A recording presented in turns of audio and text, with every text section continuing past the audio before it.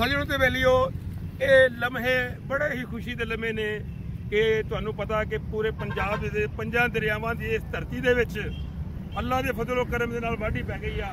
ते आ देखो सोना उगलदी ये धरती है, सोना उगल रही है। असल दे विच ये सोना वा, ये धरती एवें नहीं किसी ने कहा ये धरती मेरा सोना यारो, मैं इहदा सुनहरा सूरज वांगू लिशका मारे वेखण नूं इक तारा। ये धरती सोना है साडी, ये सोना गा रही है। जिदे तो सोना निकल रहा, सोने नूं कोई खांदा?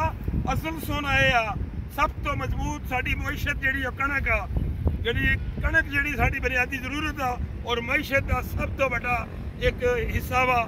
ते इस जिहड़ी वाढी पई आ, विसाखी आ गई आ, यकम विसाख तो काम चल पिया।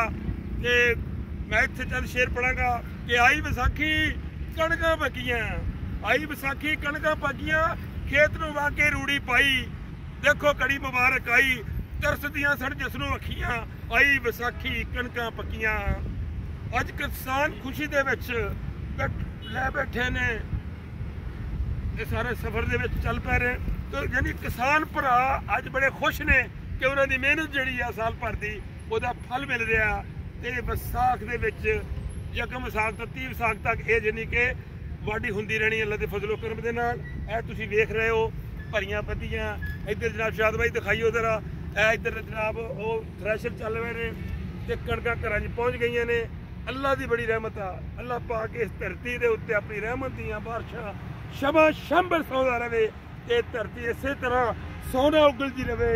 ये 5 दरियावां की धरती साडा मान है। ये पाकिस्तान साडा खिता, ये साडी जिवें ये लवेरी मझ आ, ये खिता मेरी मझ लवेरी, रब हरा रखे इहदा लेवा, ते इहदा लेवा अल्लाह पाक सदा हरा रखे। ये धरती इसे तरह सोना उगलती रहे ते हमेशा शाद आबाद रहे।